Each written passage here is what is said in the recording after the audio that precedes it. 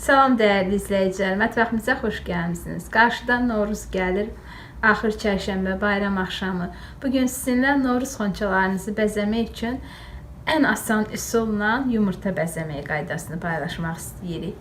Bunun üçün bizə kağız dəsmallar, belə salfetlər, bir də yumurta ağı lazımdır. Bir də fırça. Əgər belə yapışqanlı muncuqlarınız olsa, qaş daha doğrusu bu qaşlardır. O ilə də bəzəyə bilərsiniz, amma olmasa da olar. Bu salfetlər 3 qatlıdır.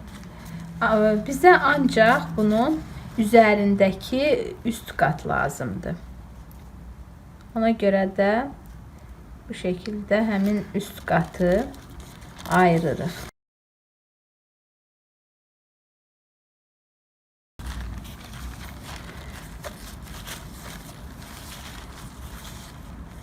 Sonra salfetin üzərindəki bu ornamentləri, butadır, yumru belə ornamentləri var üzərində. Onları kəsib götürürük.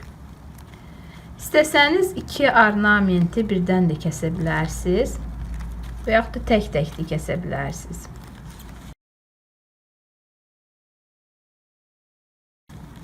Baxın bu qaydada. Artıq burada mən hazırlamışam.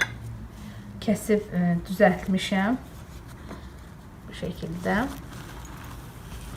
Yumurtaları da əvvəlcədən qaynatmışıq. İndi başlayırıq yumurtalarımızı asan üsulla bəzəməyə.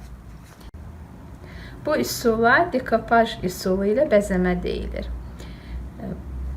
Ornamentimizi qoyuruq və fırçanı yumurtanın ağına batırıb bu şəkildə şəkli yumurtaya yapışdırırıq.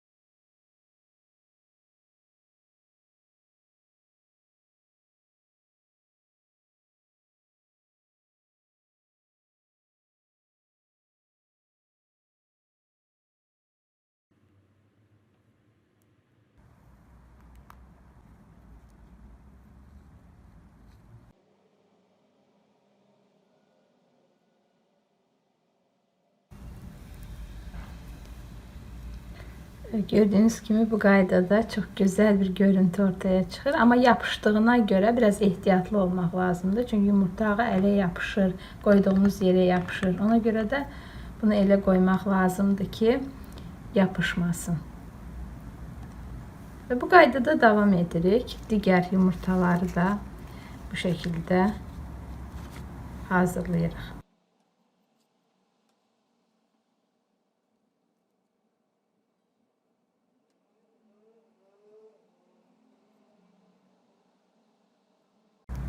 Yumurtalarımızı belə bəzədik. İndi üzərini belə yapışqanlı qaşlarla da bəzəmək istəyirik.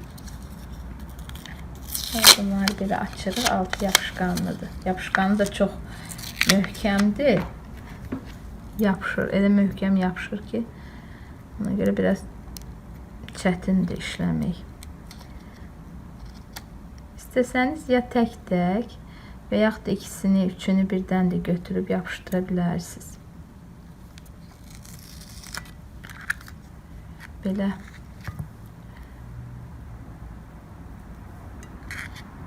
bu şəkildə boş hissələrə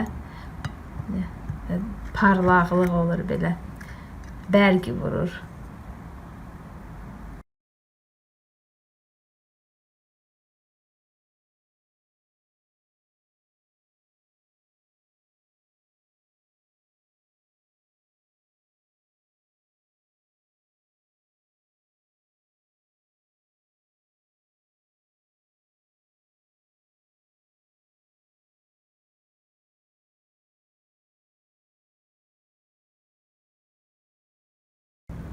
Yumurtalarımız hazırdır. Görürsünüz ki necə gözəl bir görüntüsü var.